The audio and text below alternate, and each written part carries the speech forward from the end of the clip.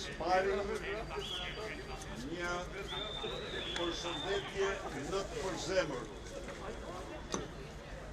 Guximtarëve të pamposhtur të 10 shkurtit që bën në këtë revolt, në këtë përngritje paqësore historik.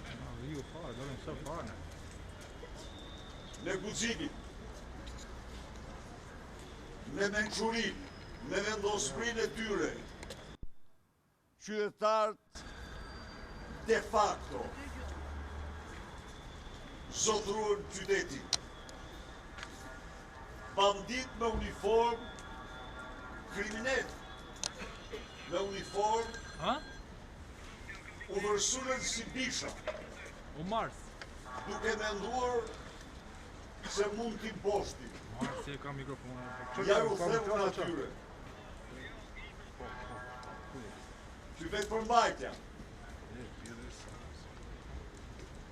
Guximi, që në një paqësor i protestuesve është 10-100 herë në i fuqishëm se banditizmi juaj. Kur u them atyre banditëve që goditën protestues paqësor, deputet, por dhe njerëz me aftësi ndryshe. Se këtyre guximtarëve, 10 mijëra guximtarëve, unë mjaftoj pak minuta për t'u dhënë atë që meritoni. Vetë përmbajtjen e tyre mos e njëri dobësi. Vetë përmbajtja e tyre është trimëri dhe guxim. Është vendosmëri për të realizuar qëllimin, për të rëzuar, për të hedhur në kosht të plerave të historisë. Njëri për armikët më të rrezikshme në historinë e kombit, më të rrezikshme në historinë e kombit shqiptar, në të pashpirë, Edi Rama. Mos mendoni se durimi nuk ka një fund, se ju garantoj se kjo vetë përmbajtje, kjo vendosmëri e jona nuk mund të provokohet dhe provokatorët mund të marrin një mësim që meritojnë. Një njohje për ju, një njohje për çdo qytetar.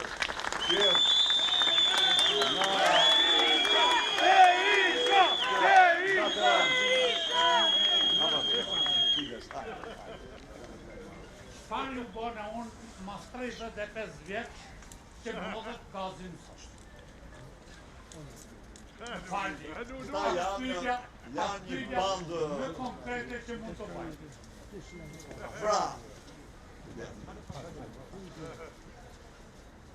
Pra, sot barbaria e policisë nuk kursej gazetar.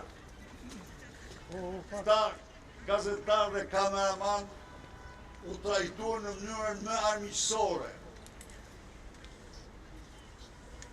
nga bandit me uniform.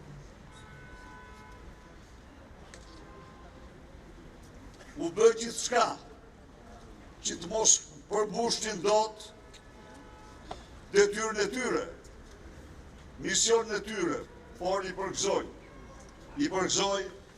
se nuk u ndanë për asnjë moment nga detyra dhe misioni, nga paraqitja e çdo akti.